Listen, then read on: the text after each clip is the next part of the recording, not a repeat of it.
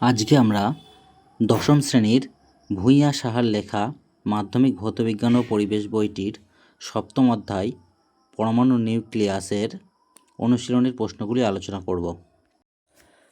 প্রশ্ন 1, আয়নায়ন ক্ষমতা অনুযায়ী প্রদত্ত কোন ক্রমটি সঠিক? এটা উত্তর হবে option A, alpha greater than beta greater than gamma. উত্তরটা আমরা এই ছক থেকে পাবো। দেখো, এই ছকের একদম লাস্ট লাইনে লেখা রয়েছে আয়নায়ন ক্ষমতা, যেটা আলফা কণার সর্বোচ্চ, বিটা কণার মাঝারি এবং গামা কণার সামান্য। 2 নম্বর প্রশ্নে যাব, তার আগে কিন্তু আমাদের চ্যানেলটা সাবস্ক্রাইব করে নেবে। প্রশ্ন 2, তেজস্ক্রিয় মৌল থেকে নির্গত বিটা কণা হলো, উত্তর হবে অপশান এ, ইলেকট্রনের স্রোত। প্রশ্ন 3, তেজস্ক্রিয় পরমাণু থেকে বিটা কণা নিঃসরণের ফলে উৎপন্ন পরমাণুর, উত্তর হবে অপশান বি, পারমাণবিক সংখ্যা বাড়ে। প্রশ্ন 4, আলফা কণায় উপস্থিত, এর উত্তর হবে অপশান সি, 2টি প্রোটন 2টি নিউট্রন। প্রশ্ন 5, আলফা কণা, বিটা কণা ও গামা রশ্মির ভেদন ক্ষমতার সঠিক ক্রম হলো, উত্তর হবে option B, gamma greater than beta greater than alpha. এরপরে যে 5 নম্বরের প্রশ্ন রয়েছে, আবারও দেখো 1.5 দুবার রয়েছে, তো এইটা মনে হয় প্রিন্টিং মিস্টেক রয়েছে, বাঁ দিকেও যা আছে ডান দিকেও তাই আছে, এটা প্রিন্টিং মিস্টেক রয়েছে। প্রশ্ন 6, নিচের রশ্মিগুলির মধ্যে কোনটির আয়নায়ন ক্ষমতা সর্বোচ্চ? এটা উত্তর হবে অপশান এ, আলফা রশ্মি। এরপরে অতি সংক্ষিপ্ত উত্তরভিত্তিক প্রশ্ন। প্রশ্ন 1, তেজস্ক্রিয় পরমাণুর কোন অংশ থেকে বিটা কণা নির্গত হয়? এটা উত্তর হবে নিউক্লিয়াস থেকে। প্রশ্ন 2, ইউরেনিয়াম 238-92 থেকে আলফা কণা নিঃসরণের ফলে যে মৌলটি উৎপন্ন হয় তার পারমাণবিক সংখ্যা কত? আচ্ছা, আমরা জানি যে আলফা কণা নিঃসরণের ফলে পারমাণবিক সংখ্যা 2 একক কমে যায়, তাহলে এখানে 92 পারমাণবিক সংখ্যা দিয়েছে, তাহলে আলফা কণা নির্গমনের ফলে 92 থেকে 2 কমে পারমাণবিক সংখ্যা হবে 90, তাহলে উত্তর হবে 90। প্রশ্ন 3, কোন ধরনের নিউক্লিয় বিক্রিয়া সূর্যের শক্তির উৎস? উত্তর হবে নিউক্লিয় সংযোজন।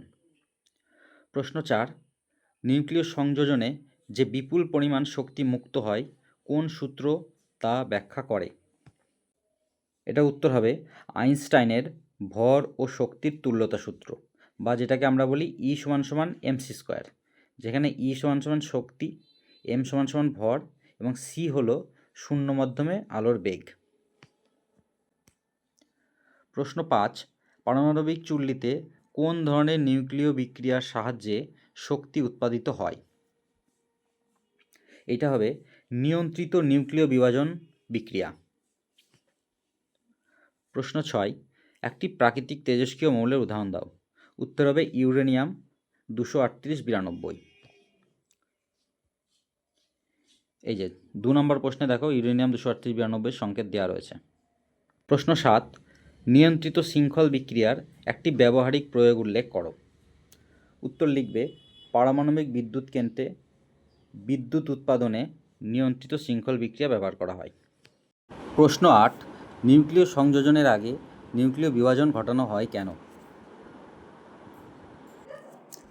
এটা উত্তর হবে নিউক্লিয় সংযোজন বিক্রিয়া শুরু করার জন্য প্রয়োজনীয় অতি উচ্চ তাপ ও চাপ সৃষ্টি করার জন্য আগে নিউক্লিয় বিভাজন ঘটানো হয়।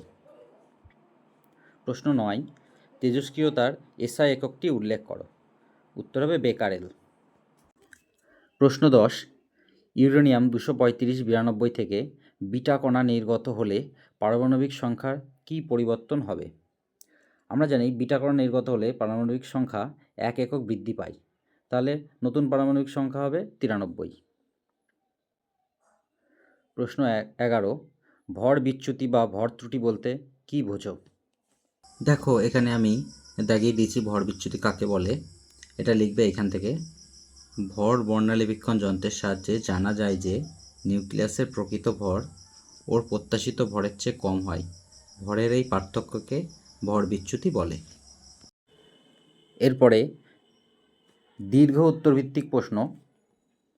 প্রশ্ন 1, কোনো তেজস্ক্রিয় মৌল থেকে আলফা কণা নির্গমনে নতুন মৌলের সৃষ্টি হয়, কিন্তু গামা রশ্মি নির্গমনে নতুন মৌলের সৃষ্টি হয় না কেন?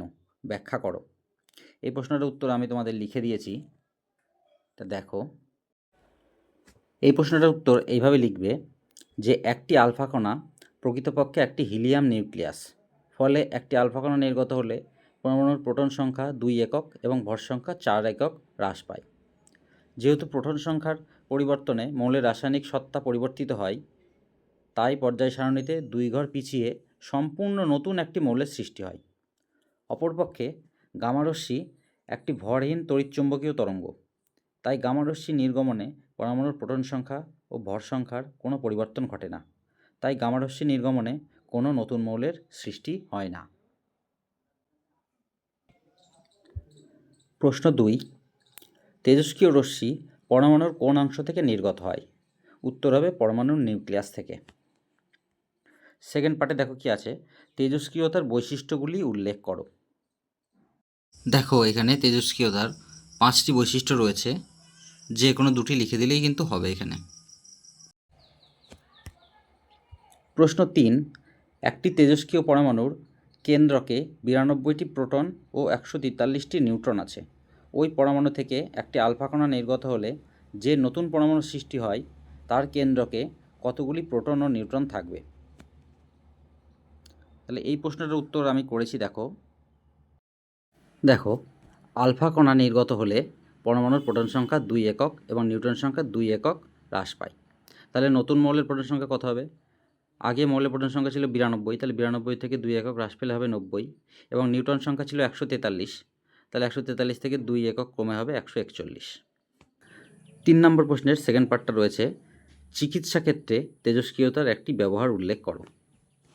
তাহলে চিকিৎসা ক্ষেত্রে তেজস্ক্রিয়তার ব্যবহার আমরা কী লিখবো? দেখো এখানে দুটো ব্যবহার দিয়েছে, তাহলে 1 নম্বরটায় আমরা লিখে দেবো যে রেডিয়েশন থেরাপির সাহায্যে লিউকোমিয়া, ক্যান্সার, টিউমার প্রভৃতির চিকিৎসা হয়।